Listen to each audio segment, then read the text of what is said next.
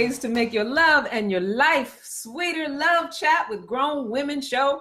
Listen, I am Candace Harper, lovecoach.com, and I teach and inspire audacious intimacy to powerful, professional, grown women who want real relationships and seductive singlehoods. And I always say dating and relationships can be hard, but love is easy. You are listening to Armed Radio, maybe on your smart device with your TuneIn app, or maybe you're in the garden on armedradioglobal.com. Or we're also now available on iHeartRadio. Woo! Yay! And also, I think that if you have an Alexa, you can just ask for candy. Don't we love that? I love that. We love that. Or you're joining us here on Facebook Live. And if you are, you can see my beautiful guest, Julia, who I'm going to introduce in a second.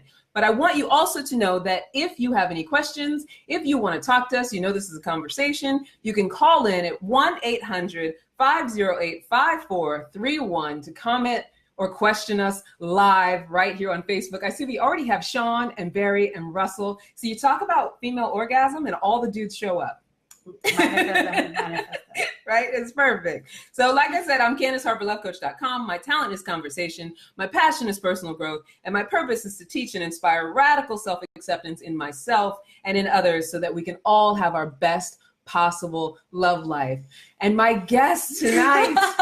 I'm so excited about, first of all, let me just tell you, my guest tonight is like my hero because I had a different guest, a different co-host, and she had to drop out at the last minute, but we understand, we love her, we send her love. She replaced herself with this lovely goddess, Happy Julia, at Happy Julia from sexedwithjulia.com, founder of, and sex educator, right? Yes. Sex educator.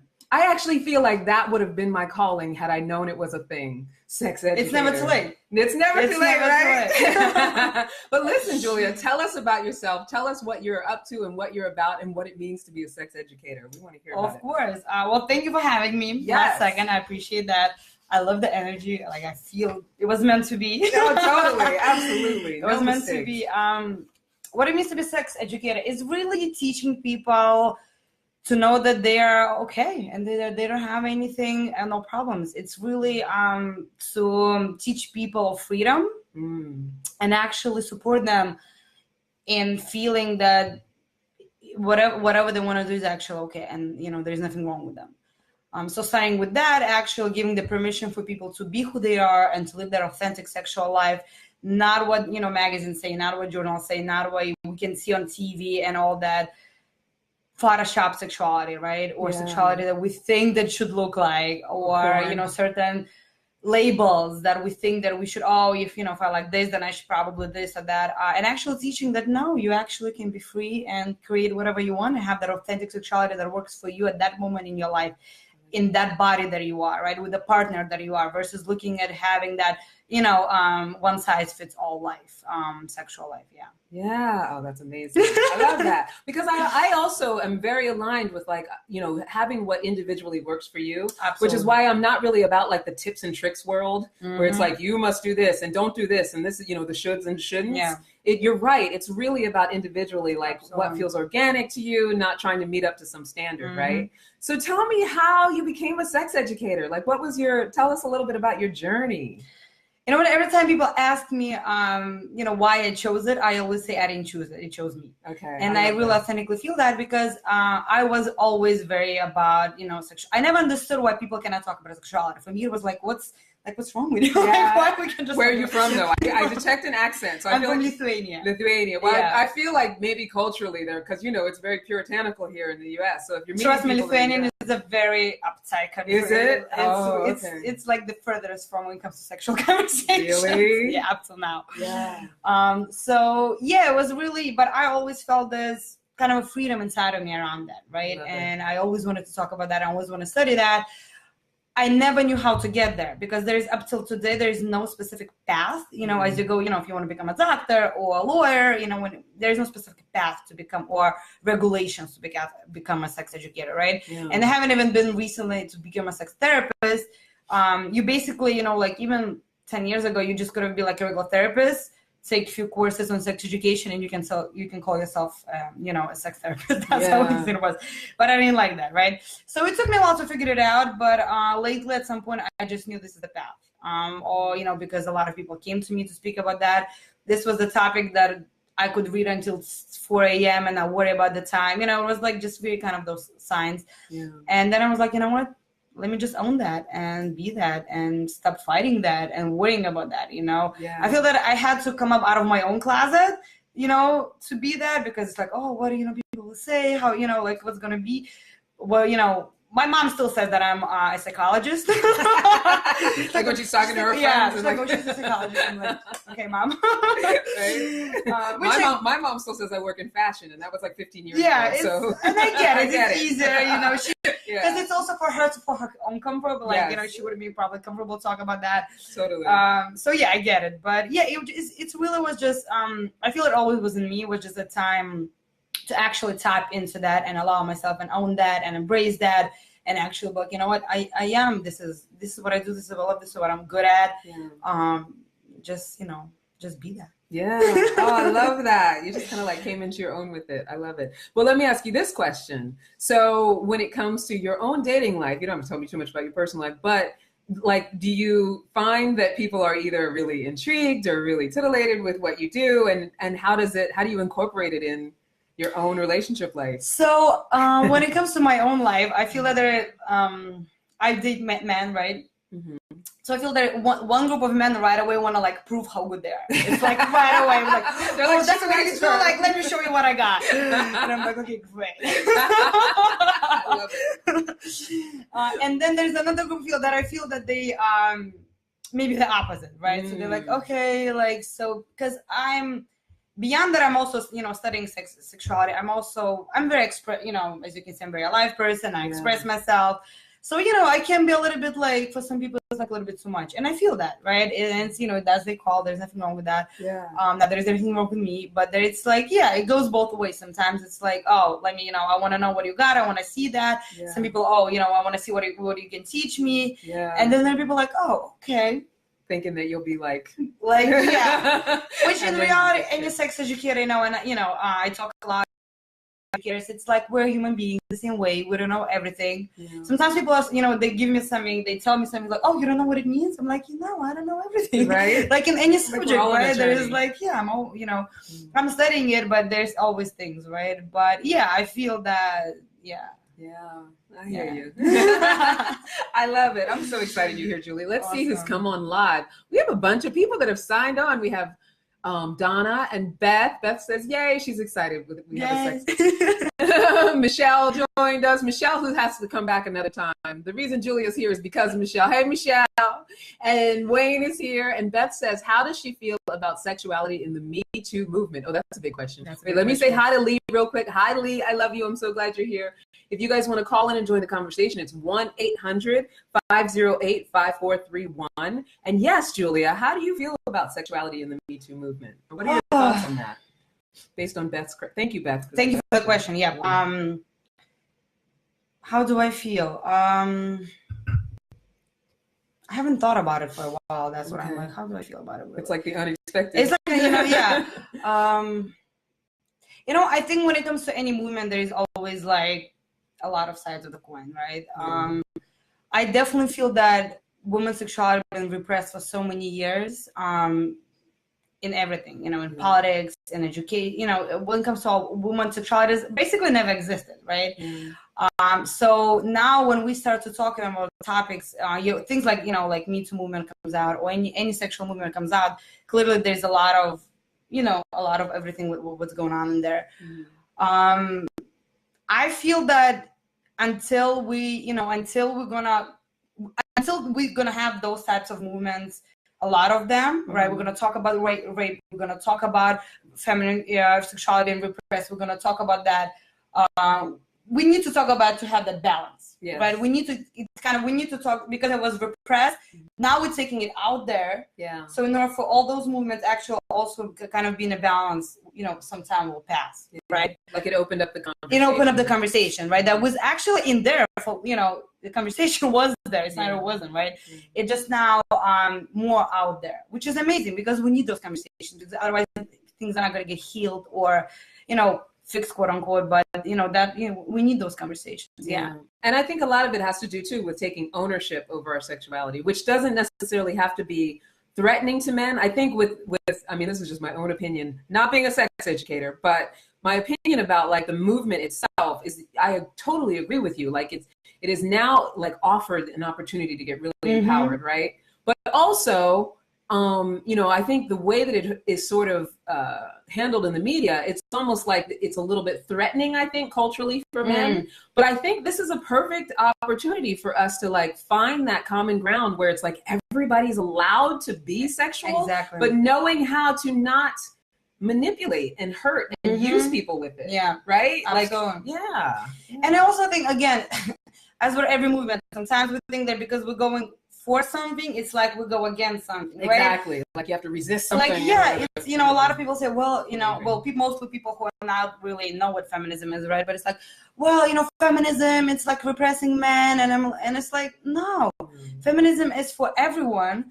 And it's really about women rising. Yeah. So if some men feel that woman rising makes them feel like they have to lower, like, get your life together, right? Yeah. Like it's really for women's, any movement, and women's movement is like for everyone is rising, and you feel that that's so much free. Well, that's your call. I mean, it's not, that's your call. It's up to you. But like, don't, like, it's not against anything. Yeah, exactly. We're not, it's just really, we as a humanity rising. Like it's just we in a rising stage because everything's so, people of color were repressed, women were repressed, people with disabilities, right? Like half of the century that didn't exist. So now there's a lot of movement who, or personalities who were repressed. We are actually rising. Yeah. And some people feel that, I love when people say, well, all women become so masculine now. What man gonna do? Right? It's like this, like it's not about a woman becoming masculine. It's about a woman stepping like up into the journeys. Yeah. And then if we actually all gonna step up, the world will gonna look different. Like everyone can have value. Right? If, like it's we are doing it all for everyone, so if we're all gonna step up, it actually gonna look differently versus, like saying, they kind of, no one is trying to repress men. We actually all going together and trying to heal things that were not working in the past, and actually, so they would serve everyone moving forward. Yeah. No, I love that. That's perfect. Absolutely. So who else joined us? Sashay joined us. Sashay Shantae. I know Shantae. I haven't seen you forever, honey. And Sean says, rise up. Sean, I love it. I love a male feminist. We all get to rise up. Right? Exactly. We all get to rise up. Okay. So for those of you who have never listened to the show before and have never been on the live broadcast, what this show is about, each week we have lively conversations about different topics relating to love and relationships. Sometimes we bring on special guests like my friend Julia here. Sometimes we play games and activities, but always we will get a chance to laugh, cry, or just learn something new. And that is why everybody who doesn't know it, this is a conversation. We're not here to just like hand you a bunch of rules and tell you, what's right and what's wrong. It's definitely not the right and wrong conversation. We're not here to shame your love situation, because like the release of shame is so important, right? Like we're not about that. And our intention here is to create audacious intimacy and seductive singlehoods and healthy relationships. And so with our ongoing series, we're going to be, it's the summer of sexploration, everybody, right? And tonight we are going to be talking about how to become wildly orgasmic. Julia, I'm so like, I'm a total goofball and totally giddy about it, and totally like, people think that, because I'm a coach that I'm, very sophisticated and I don't mind to say, but I'm seriously a third grader. Okay. But also I'm willing to admit that that's a little bit of a defense mechanism because it like prevents me from having to like have the serious discussion. I can definitely relate to that. Right. But the reason we're going on the summer of sexploration is because I know I need to have this discussion. And, and for those of you out there, my sister friends who also need to have this discussion. We all need to have this discussion. We all need to have this discussion. Absolutely. Right? We all need to be able to talk freely about our love lives. We all need to talk from a place of, not being ashamed of it. So tonight, I just really want to, because I think it was such an important point.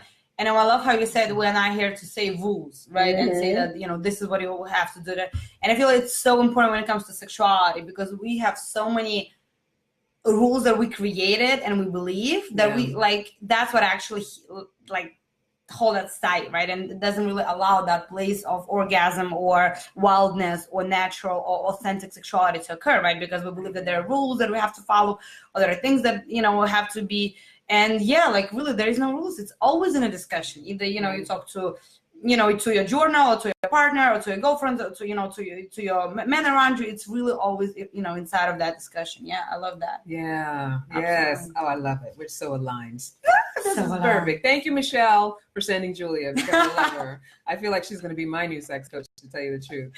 So I found this article, and the people who come on often, they know I often do. Like, I like to find different things online. And because everyone is allowed to put information online, as long as you have a computer, I feel like it's good to always vet your information. Absolutely. Right? And to make sure that it's good, valid, and that it can possibly work for you, and also figure out how it can work for you, right? So we are blessed to have Julia here because this is something that she studies. And I found an article that's titled 8 Wonderful Ways to Become More Orgasmic. Right? And they're wonderful ways. Wonderful. We're going to find out if they're wonderful. And also Julia's going to like put her licks on it and give us, so to speak, and give us, everything's going to be double entendre from here on in. But she's going to give us some, input and some chunky content to walk away with, right? Fantastic. All right. So the 8 wonderful ways. We're going to start with number 1. Number 1, according to hersolution.com, 8 wonderful ways to become more orgasmic. It all starts in the mind. And they say, yes, we all know this. For women, sex starts in the mind. In order to reach that mysterious orgasm point, a woman's mind should be fully captivated. The truth is that many women are preoccupied with the other myriad of things they have going on in their lives, making sexy thoughts difficult. She says, if you are working to become more orgasmic, ensure that your mind should be ready as well. Keep your mind clutter-free by getting rid of your personal and professional issues. Undoubtedly, a concentrated and stress-free mind is a first step towards achieving the ultimate pleasure for all women. What say you, Julia, about all of that? I definitely agree with that, right?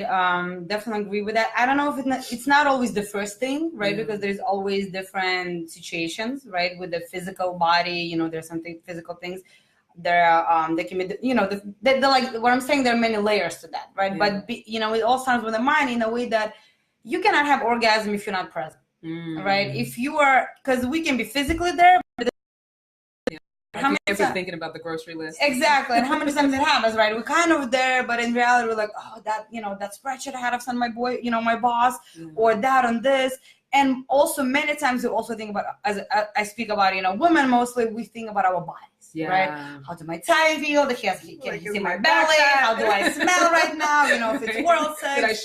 Did I shave? It's like we really go all into that things that may not be necessarily like needed at that time, right? Yeah. So being present to your senses, right? So like actually feel touch, right? When you get kissed here and there, like allow that kiss actually go into you, right? Yeah. Versus like, oh, I love that. Like, it's already like I feel that. I love that. But really, right? Like really allowing that, and because what's not going to work if you're going to be there laying that, okay, I have to be present. Yeah. Like that's not going to work. Like trying to concentrate, to make it happen. That's not going to be present, right? But literally, like focusing on your breath, right? Anytime we find ourselves thinking about, the grocery list or, about how we smell or how we look, let me like really go inside me and like, allow that breath go in and follow it through the body, right? That kind of dissolving into in bed, right? Or, kitchen or bathroom, wherever that place is, right? The library. And like, focusing on breath, focusing on senses, sounds, right? Again, many times we don't make sounds because our sexual voices are repressed, right? Because of certain beliefs, certain experiences in the past, so many, there's like a lot to go to, but right, like the majority of us, we have our sexual voice repressed, right? Because society, because of how we grew up, you have certain event happens in our lives. It's all so sometimes it's hard for us to actually make sounds, right? Because there's shame. What if neighbors? Even in massages, like I find myself a little embarrassed if I make too much noise. I mean, I've gotten better over the years, but especially when I first started getting massages, I was afraid to like vocalize, Yeah. which I wanted to. Like, I totally wanted to. So really wanted to. I totally wanted to. Yeah. But I wouldn't. Like, I was just like, you Yeah. know. Yeah. But That- go ahead. I'm sorry. No, that's great, because that's, you know, it's not only, you know, again, you know, our sex life is not all, it's not only like, it's not separated from our life. Yeah. Right. So the same, we can take massages or yoga classes. You know, anytime I work with my clients, I always, you know, offer them to do yoga. And then I always tell them, when you do yoga, like, be in a pose, Yeah. like actually feel it. Yeah. And they say, always tell me, you know, I'm always in my head when I do yoga. Yeah. Oof.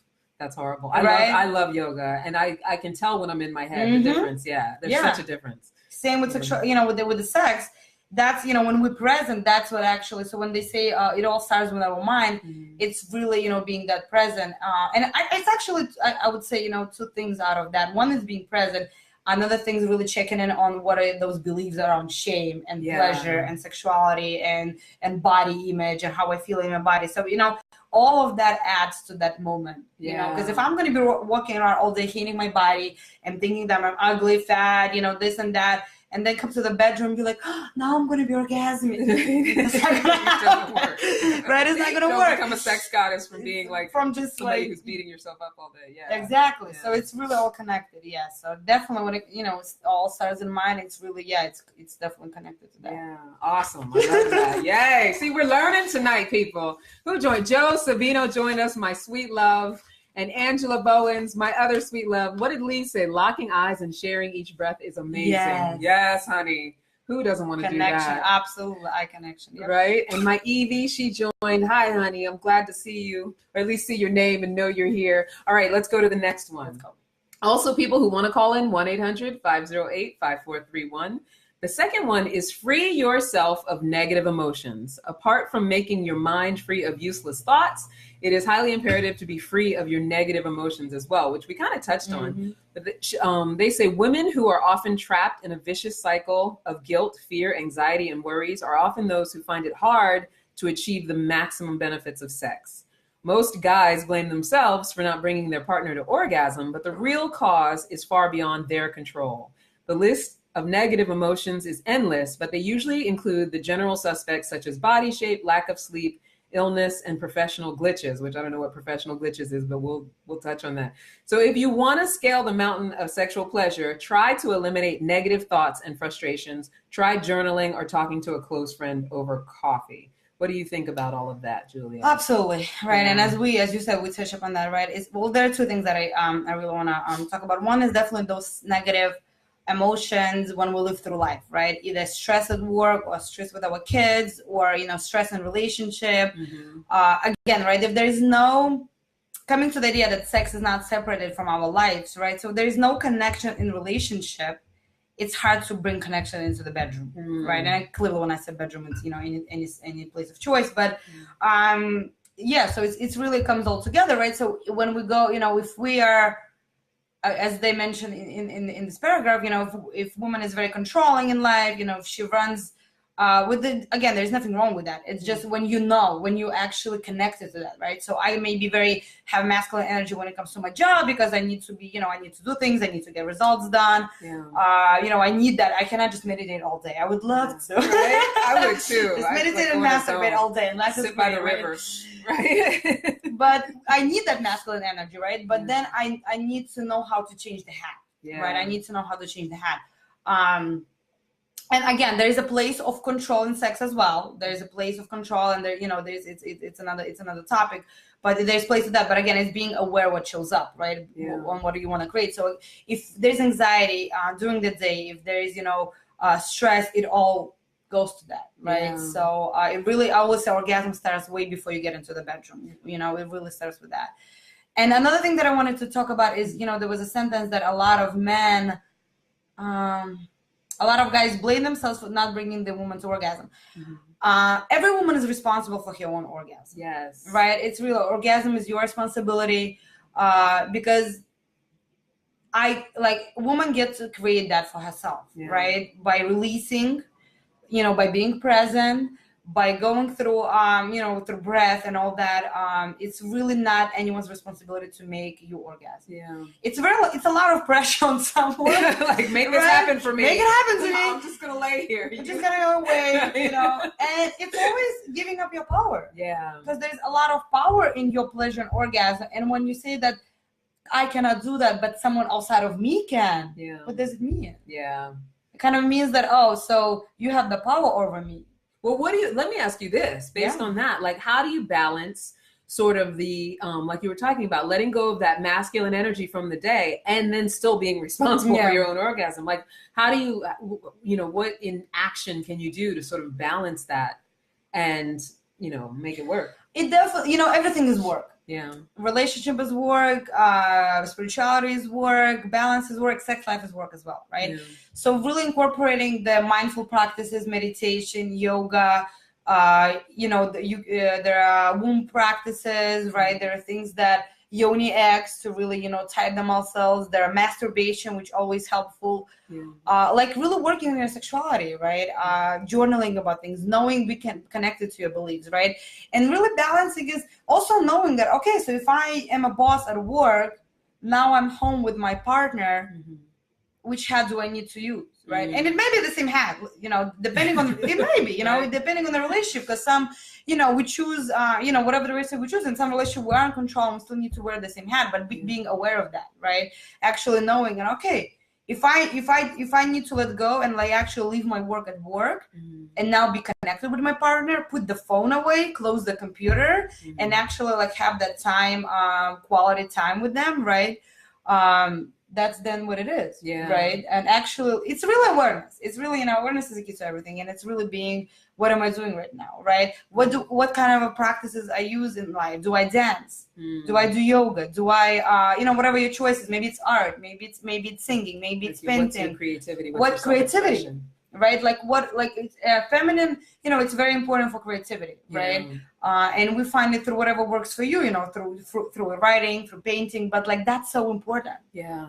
And it's also important to actually schedule it in your calendar. I hear that. Because we so get to like really, especially, in today's world, women, we're doing, and we forget to do those things what matters to bring us pleasure. Yeah. Right? I always tell my clients, write down 10 things what brings you pleasure. And next day, put it in your calendar right now. Yeah. Like right now, I want you to put it in your calendar, because otherwise it gets forgotten. Because what we learned when most of us, when we're growing up, pleasure needs to be deserved. Right? So I need to move mountains first. Yes. I need to be like good enough, sexy enough, and then I can have some pleasure. Yeah. Right? And then I'm allowed a reward. At the time when I'm like dead and I don't even need pleasure because I'm like inside of me, I'm just like depressed.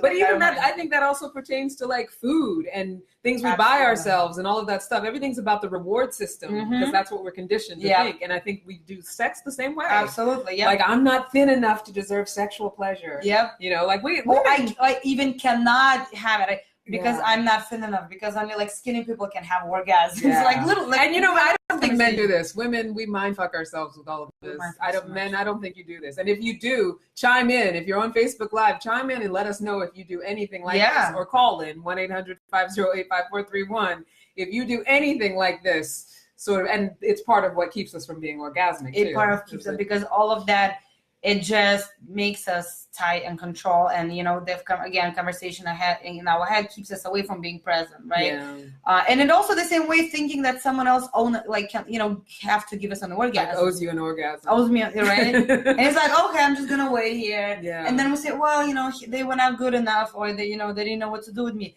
Well, have you told them? But what do you think about, like, okay, so if I'm going in and I'm all responsible for my orgasm and everything like that, and I totally agree with that, but then like when you're with your partner and they're wanting to like, to do it, they're wanting to make it happen, like how do you, take the reins on that without going into masculine energy and not like forcing it? Like what do you suggest as a way to like, you deserve to have you deserve to have what you like to get, right? In a way, if I like my head massage, I deserve to have it, right? And someone will be giving me, it's hard, I like everything though.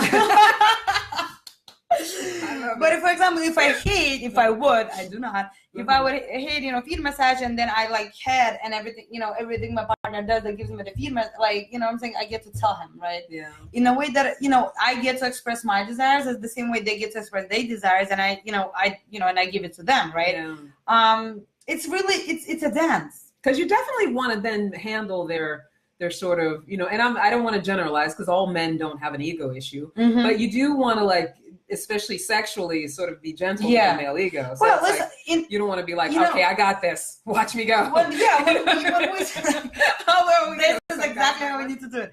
Well, listen, when we say you're responsible, it's not like you're responsible, meaning you're doing everything 100% and no one is needed for that, right? It's just communication. It's just really, you're responsible for your communication. Yeah. You're responsible for your body movement. You're responsible to take yourself to be present, right? It's really a lot of that really in communication piece. Like I am responsible to tell my partner what I like. Yeah. Because if he's not doing something that I like, I cannot say, well, he's not doing what I like. And then complain about that because it's like, well, I haven't told him. Yeah. Right. Yeah. It's really, and it's kind of like, it's really a dance that it's not as much, it's not in our brain. It's more in our, like, souls and the energy. So it's like being in that dance. And like telling partners, showing, and they trusting that they will do it. Yeah. And if not, they kind of like going with them with the flow, making the body move. But it's not like you have to tell everything, how to, be like this is what you do. Yeah. Like, no, they get to get creative and, be in a dance with them. And, it's kind of a, connection within the souls. So it's really just being in that flow together and figuring things together and dancing in that and seeing and talking, doing the body conversation, verbal conversation, all inside of that. Yeah. I love it. Wait, what did Lee say? He says, I feel your partner can help by not distracting her from the moment. What do you recommend to all of those partners to not to distract her from having an orgasm? Oh, I see what you're saying. Like your male partner can support you by not like distracting you. And he's saying, what do you recommend to do to not distract her? I guess like if she's maybe getting there. I guess I don't know what kind of distraction, but I know what we're talking about baseball league. Yeah, what's gonna happen in there? Tell us. Right. What will support, right, to have those orgasms, especially when it comes to distractions. Trust is a big part to for women for orgasms, right? Trust is a huge part. For some of us less, for some of us more. Trust meaning trust of environment where I am, right? For a lot of people, again, going back to the shame conversations, the neighbors, so it's like knowing that I'm in a safe environment, right? Especially for some of us who have traumas, sexual traumas. And I'm not always talking about sexual abuse. We can have all kind of different traumas, really, we do. So like really having that safety, knowing that I'm safe. So providing from how a partner can support is actually providing that safety, environmentally, right?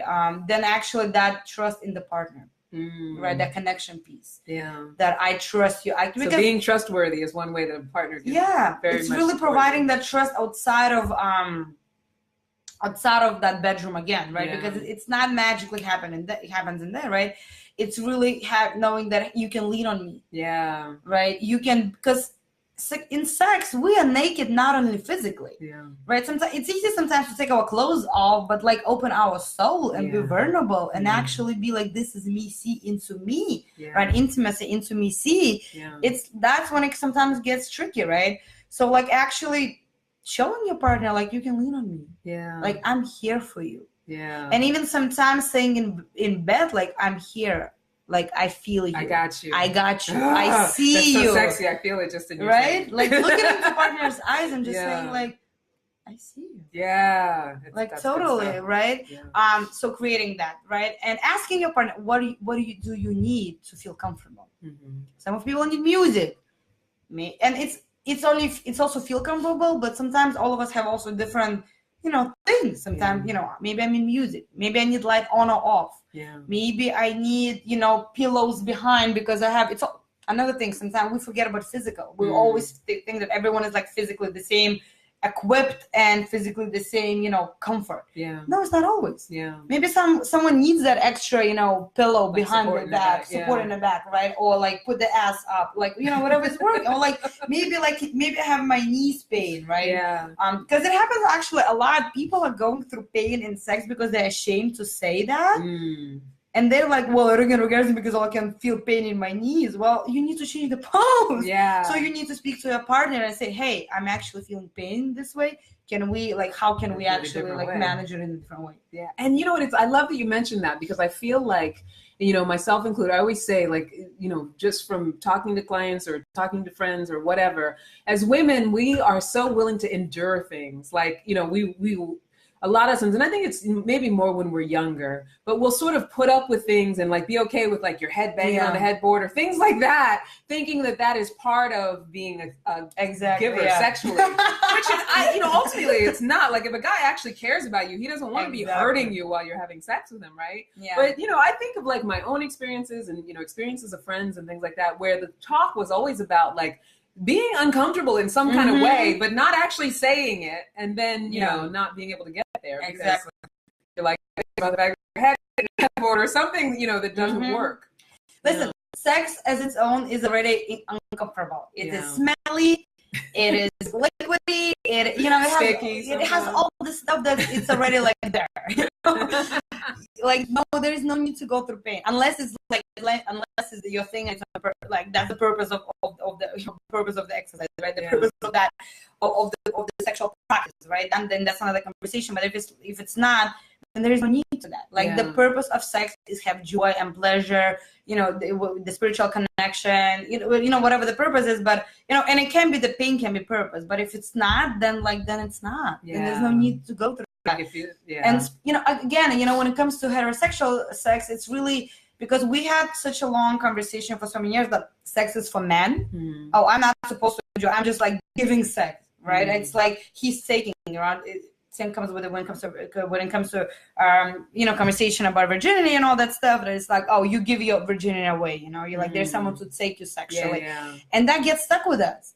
So then we think, oh, it's not about my pleasure. I'm here to give pleasure, so I can. You know, my head can go to the wall as long as he's, you know, as long as it's like he's on a way to come and it's like for him. Yeah. Well, and somehow my value lessens if I'm not this certain thing. Exactly. Like, oh, if I'm gonna say that, like it's like, oh, you know, then I'm not good in bed. Yeah. All those definitions. Yeah. We have so many beliefs in our sexuality. It's crazy. Right? Like, wait, what did Lee say? He says, LOL, you talked about communication. Definitely not baseball. Oh, so he's saying the communication. I feel the emotional connection, being in the moment, being part of the moment, and trust is important. Sharing emotional vulnerability helps too. Absolutely. Yes, thank you for that. Absolutely. But I guess he's talking about like while you're trying to communicate, you don't want to distract. And that's the risk that we like. That's the risk that we get to take. There is no right way. And like, be ready that you're gonna like mess it up. And it's okay. Right? Like definitely. Like, you're gonna mess it up. The mistakes happen. The queefs and the embarrassment and the whatever. Exactly. Like that definitely. Because that's what you see. That's what actually the belief that we should make it right keeps us away from that authentic sex. Right, from like, mess it up. You like, we talk about wild sex, right? Wild sex is like you getting naked from all parts with your body, with like being able, you know, to like sometimes maybe, I don't know, fart, sometimes, you know, maybe fall down off the bed, you know, like that's what like actually give the prize. Fall down off the bed and fart. And then pee on yourself. It's like, but like, you know, when you go risk to that, like the price is higher. You know, then the price is higher than authentic sex, right? And so there's no right way to communicate that inside of when you have sex until you're like really on the same page and you know your partner so well that you know when to say when you get whacked, right? Absolutely. And the thing is, when we're connected, we know what to do. We know where to kiss. We know what body part to kiss, what to say, when to look, when to close our eyes, when to bend. Like, we know that intuitively. When we trust our intuition, we know what to do. Which totally goes back to what you were saying earlier about being present in the moment, right? Like, if you're present, then the intuition totally like it's there. You like hear it. You hear your inner voice. You know what to do, and then you just do it. And it's not if you guess wrong, well, you guess wrong. Try something else. Try something else. Right. And it's like it's a constant game. That's why sex is fun. we forget about that. We forget that sex is actually can be fun. Yeah. Because we're so focused on, okay, I'm gonna do this, I'm gonna do that, then I'm gonna do this. Okay, like all this plan. How do I look? How do I look at it? And then it becomes it's actually fun. Play with it. Get messy. Like have your boob one there that and they're like just go for it. Whipped cream. Yeah. Why not? Oh yeah. I love it. Like I love this is a fantastic conversation. So I see Walt joined. What did Sean say? As people get older, doesn't it change? Meaning like doesn't it change in the sense of the funness? I wonder. Yeah, Sean, if you can, I'm gonna go ahead and kind of go with it. But if you clarify what what are you looking for me to answer, just let me know if I'm not answering that. So what I see when it says as it get as it change. So our bodies change, right? Let's start there. Yeah. Like we're not 16 anymore, like through all life. Yeah. Right. Our bodies change, like continually. Physical abilities, size of it. When it comes to female, the moisture, right? It's it's not there as it was before. So all that stuff, changes. That's where we have lubricants, and that's where we have adjustments, and all that stuff. It also changes, with the relationship as you continue being in the relationship. We know that the first 6 months are one way, and then it gets like, well, I want it to be as it used to be. It's not always going to be as it used to be. Yeah. And if you used to have sex 5 times per day, it may not happen anymore. Yeah, like it might slow down a little right? bit. Because of the schedule, because your life is different than it was when you were 20, right? You have much more responsibilities. Maybe it's kids, maybe it's job, maybe, you have a business. So that will look differently, right? Values change. Maybe if you were, when we were younger, you were like, I would just have this spontaneous sex right now in a bathroom of, in Vegas, somewhere, in a strip club. Well, maybe now I don't want to have it, Now it's like in the bed, right? After a shower. After I had my fully tea. Relaxed. After I've had my tea. Right? And for some people, don't. It's not like it's for everyone. But, like that's, again, when it comes to that authentic US sexuality, one that chicken, what is it for you now? Yeah. What have changed? And be okay with that. Wait, Sean says the zones change. The zones change, yeah. Some, the zones change in a way that when it comes to the zones, I'm an advocate that, orgasm can happen anywhere in the body, right? So it really doesn't need to be, I can massage, get an orgasm, I can go exercise, and, like it really doesn't need to be, but in a way that the zones, when it comes to pleasure, it can change not only with age, it can change day to day. It can change partner to partner, right? If I had, sexual activity with one partner one way, it doesn't mean that with the next partner I'm going to enjoy the same things. Yeah. Right? Because it's a different person. The connection is different. The body's different. The also, energy even is with the different. same partner, like if you're doing the same with the thing same over partner. and over again. Yeah. A lot of things change, and for some people, it may not. Yeah. Someone may say, "Well, for me, things don't change." Great. Yeah. Right. That when it really comes to knowing your things, and when things change, actually be okay with that. Yeah. Right. Because we change. We all change. Our spiritual growth change. Our knowledge change. Everything changes. So it'd be, it would be weird if our sexuality wouldn't change. Right. The time that we spend with it, and it's also the energy. Listen, we all have, the energy vibration kind of changes in our lives. Right. So people want less sex. Some people want more sex than we were. Yeah. That can go both ways. Yeah. I know people who are like, I didn't have so much sex when I was younger. I have much more sex now. Yeah. Fantastic. Right. I mean, I know for me, like totally it has ebbed and flowed. Like being someone who, I think, I don't know, statistically speaking, but, people who've been married for decades or whatever, I'm sure they go through their ups and downs. Absolutely. But, for someone who never got married, it's like, there's been times in my life where it's like all I could think about was like what my sexual relationship was going to be and who I was going to have sex with. And it was like the focus. And then there's been times where it's like totally asexual, like just, I don't even like, like whatever. Absolutely. So, like we do change a lot. Yeah. Absolutely. Yeah. I see Penny. Hi, Penny. And Joseph joined us. Hi, you guys. I love you guys. So let's try to get one more of these in. Here's the thing. Like, we got stuck on right? We're on like number 3, but this is such a good, juicy conversation. Like I wouldn't want to trade it for the world. So we're speeding through the hour. Like always, the hour goes by way too quickly. But I would like, if you're available next Monday, we should continue this as a part 2 if you're available to do. I don't think I'm here next Monday, but I definitely can work out some Mondays. Yeah, it's the summer of sexploration. So even if it's a few weeks from now, we might have to revisit all of this because I always tend to have too much content. It's always right. It's so much info always. Yeah. Right. Okay. Absolutely. So let's do this one. See if we can, how much we can get in. So the third one they pose as a question: what type of emotional connection do women need? So many women desire an emotional connection with their partner in order to release themselves and enjoy the peak of sexual pleasure. However, the phrase emotional connection can have varying meanings for different women. They say for some, it's just a simple respect and love for their partner, but for others, it can be associated with more complicated factors. Therefore, it is imperative that women make their bond stronger with their partner to attain ultimate bliss. Okay. Yeah. What do you think about that? Yeah. So there are a few things to that, right? I definitely agree that, emotional connection needed. And I definitely agree that it's up to you what your definition of your emotional connection is, right? Yeah. Not because a lot of, we have so much information around that, how emotional connection should be, versus for me, it might be a completely different thing, right? So really knowing what is that emotional connection to me, what do I need? Is that trust? Is that for me being able to feel secure with, naked, getting my body naked and be secure with that person, and knowing that I'm not going to be shamed and, that I'm going to be accepted and loved the way I am. Yeah. Or it's that building that vulnerability piece, or some people have connection through joy. They laugh together and then and listen, sometimes we just see someone and we know it. Right? I don't need to even for them to open up their mouth.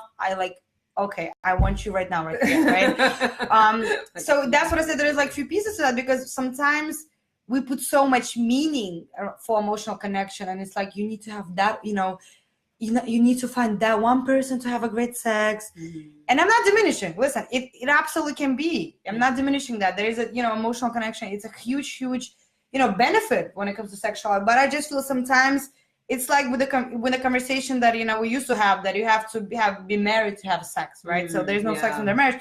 So right now we became more liberal. It's you can have sex before marriage. You can, we'll give you permission. Cultural permission. Cultural permission. You have sex before marriage. But you need to make sure you have emotional connection. Yeah. Because otherwise, no, you either slut or we condition people actually to believe that they need that connection. Otherwise, sex is not going to be good. Yeah. Which might be true. Or that there's something wrong with it. There's something wrong with morally. It. Yeah. Which might be true for you, but maybe not. Yeah. Listen, I had so many times amazing sex just because because I know how to take my responsibility for my orgasm, and because the partners knew what they're doing, and I had zero connection with them. Ooh, that's just Jimmy. It was really and it kind of contradicts, because I said so much that sex begins before bed, and you want to create that connection before bed, and that's what connection happen in sex. But it's also sometimes it's really when you're have that connection with yourself. The connection can happen without connection can happen just you seeing person and meaning right now. Be sitting with you and looking into your eyes and be I feel you inside. Listen. Yeah. Right? Hit on me. So it's really sometimes, yes. And that's where you get to discover what you need for that emotional connection. But sometimes don't get so into that would be stopping you from, because it's not always. Yeah. And I'm not saying go be slut, I mean, go be if you want. I don't listen to all in no judgment. No judgment. But what I'm not trying to say, go just fuck around without no connection needed. But you get to figure out that for yourself. Yeah. Not what other people say, not even what I'm saying right now, but really going, oh, maybe I do need, maybe I don't need it. And what do I need? Yeah. And what is my emotional connection? What it means to me. See, I definitely think as I've gotten older, I finally had to, and this was just my situation, I had to admit to myself that I needed an emotional connection. When I was younger, I felt this sort of pressure, especially, in most of my 20s, I was in a relationship, but before I was in that relationship, and even right after that relationship, there was this pressure to be very Sex and the City Samantha, I can be disconnected and all of that stuff. I don't know why. I don't know if I put the pressure on myself or where that came from. Yeah. But it took maturing and getting older to be able to just admit that in order to feel comfortable enough to have an orgasm and to be into it that way, I do need to have an emotional connection. And what that means for me is, a whole litany of things that I just wasn't even paying attention to. Because I was oh no, you're career girl and you're sophisticated. So you can have sex and you're going to enjoy it no matter what. And it just, it doesn't work that way. Again, it's a key from that awareness. Right? Yeah. And knowing what is it for you? What is it right now? Listen, today maybe I may need that spiritual connection and really just being hugged. Yeah. It's again, what sex means to you. Yeah. Right. For some, maybe do I need like maybe I just need someone to went down on me today, and that's what I need today, right? Yeah. Maybe I just need that sexual massage and being kissed all over, and that's all I need today, right? It's also being aware what right now. Maybe I do need to fuck someone who I just like saw on the street, but I like feel, that I, Yeah. And again, why? Right? It's also like, so what am I need that? Am I running from something and then running to something or from something, and I'm trying to right now hide my loneliness and pain, and that's what I'm trying to, Right. It's like, or like squash my emotions, so do this instead. Exactly. It's like, again, like what are you cake. like eating cake, like eating ice cream, right? For someone it's gym, for someone it's alcohol. Yeah. It's always because sex can be used as that numbness and run away, right? And like, oh, let me prove that I'm good enough. I can, let me see if I don't feel good enough, so let me prove myself. Okay, that guy I can get. Let me go and prove that to myself that I'm, that I got this, right? Yeah. All that, because we do use sex for that. So it's really, again, knowing what it's needed for you and what it means to you. I love it. Totally. Let's see who's chiming in. Lee says, definitely part 2. He wants us to continue on with this conversation. That means you have to come back at some point, Julia. Michelle says, very true. Penny says, I need that emotional connection. And Brian joined us. Welcome, Brian. I think that's everything that you said is like so on point, and I love it, and it's beautiful. And we're so running out of time. I want to try one more. Try to get it. Okay. Oh, wait. What was this one?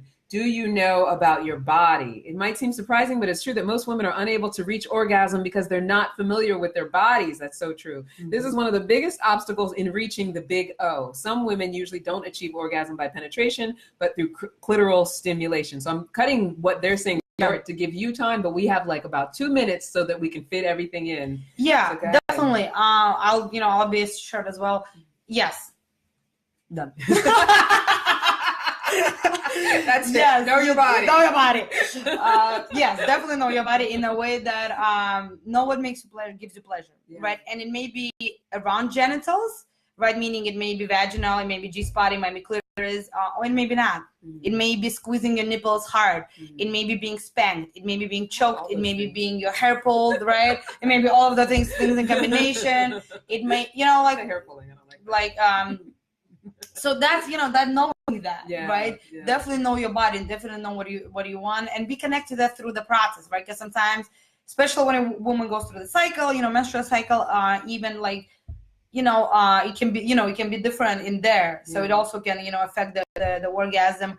Knowing all that, knowing when and what you like, and masturbation. I saw that the next one is like the self-stimulation. Masturbation is definitely key. Knowing how and what you like, and playing with yourself, not only like doing that 5 minutes masturbation, but actually like allowing yourself to have the whole experience with yourself. But that's another topic. See, that's why we're going to need part 2, so that we can really delve into like these details and stuff. And we still have 4 more that we're gonna go through. And Penny says spanking. Yes, spanking. You and me both. We're all about that.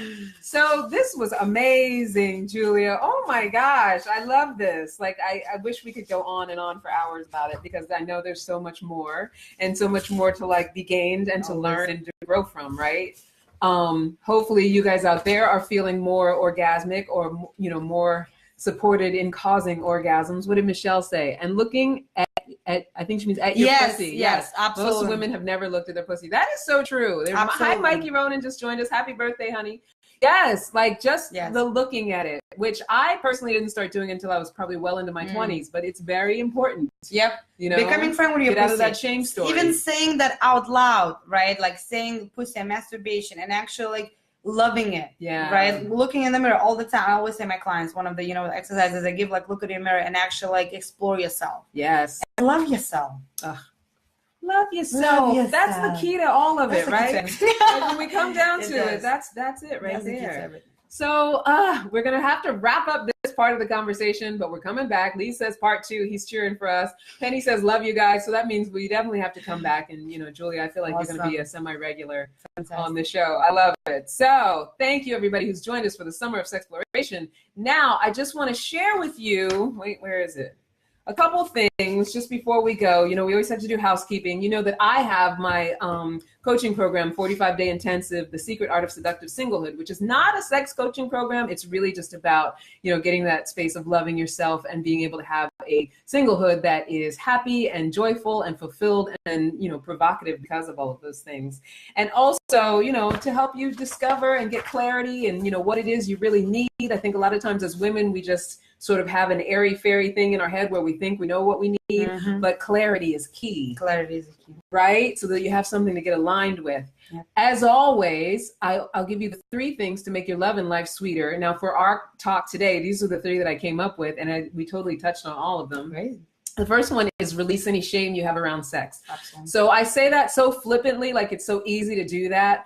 But, you know, sometimes we're blocked by shames that we don't even realize that we have, like our story about sex. I know the way that I grew up was very, you know, Christian household, and sex was a taboo topic. You know, all it really was about was don't do it. Don't bring home babies. Keep your legs closed. You know, wear your undergarments and don't be out past 10. Hide, yeah. Yeah, like hide, you know, be a little bit shameful about it. Make sure you wash it like that. Make sure you don't think about it. Right? That's basically the sex ed that we got, except for, you know, what I looked for in, you know, what I read and things like that. Nancy Friday, for those of you who were, you know, teenagers in the 80s, Nancy Friday books. But, you know, the idea of like releasing that shame is a journey to go on. Absolutely. How do I let that conversation that doesn't work go? How do I stop like being hard on my body, right?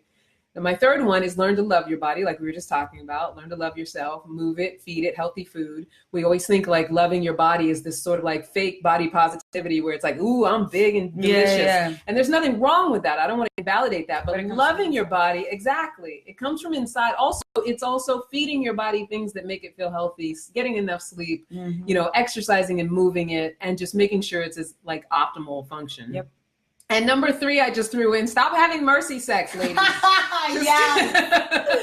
Take it from one who's been there. Like, just no more mercy sex. No more, you know, feeling guilty because he spent a lot of money. Like, really choose partners that you really, truly, want to be with. Yeah. It's good. Fantastic. Yeah. Now, this is your turn, Julia. Tell us, like, how we can find you.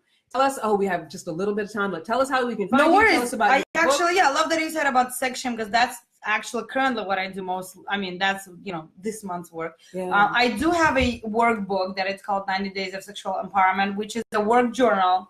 So it has all these magical questions about how to get that, you know, the shame that we don't even know about out. I love it. Whether, you know, with the conversation that our mothers or guardians taught us about, what are the things that we hide from, you know, all that, right? And I do women's circles online on Skype. All the website. Yeah, all that information you can find at sexedwithjulia.com. Yes. Everything's in there. Yes, and definitely go there. All you people out there in Armed Radio, they're about to leave us. Definitely go to Julia's site so you can do all of the shame release and good stuff and get your orgasms better. The people here on Facebook Live with us, they have a couple more minutes with us. We take a little more time, and we can, you know, after Armed Radio people leave. That's why Armed Radio people, you should be on Facebook Live too. Anyway, that's bye Armed Radio people. So just to sign off with the Facebook Live people. So in the next couple of weeks, I have Dr. Heike and Jonathan Hudson who are coming in to talk about sextraordinaryliving.com and like, you know, I know, right? They're going to teach us the somatic approach to healthy relationships and sexuality. And next week, I'm going to go through an article written by Eyal Metzalia, The 8 Types of Female Orgasm and How to Have All of Them. I wish you were going to be here for that, Julia, right? Right? We could get real sexy and talk about it. So that's going to be our subject tomorrow. And then also, you guys know that in the meantime, you can always reach out and ask questions. If you want Julia's information, I'm either going to put the links here on the thread, on the comment thread, but I'll also, if you email information, I'll email you my links, my information, askforcandypodcast@gmail.com. Just, you know, write to me. I'll send you whatever information you want to know, figure out how to get in touch with you if they want. Do you do private coaching? I do. I mostly do private, yeah. Awesome. Yeah. So, you know, if you want to get in touch with Julia for private coaching, like, you know, however I can help you get to her. And as always, until next time, never forget that you are a love machine. Oh, wait, let me say, I see Julie came in late. Julie, you're going to have to watch the replay. Michelle's giving us applause. Everybody who came on Facebook Live, I love you guys. Awesome. Thank you. Thank you for always being here. Thank you for like being in the conversation, right? That was in my head. Like, thank you for being in these conversations, because it's so needed. Right. And the participation too, Lee and Penny and Michelle and, you know, everybody who like chimed in and had your stuff, it takes a lot. And so, you know, we want to acknowledge the fact that you were willing to just, you know, be vulnerable with us. Absolutely. Right? And talk about your private stuff. So like I was going to say, our personals. Until next time, never forget that you are a love machine. If you ever start to feel like you aren't getting the love you need, just make more and ask for candy. Ask for candy. Right? Bye, everybody. I love you so much. Thank you for being here.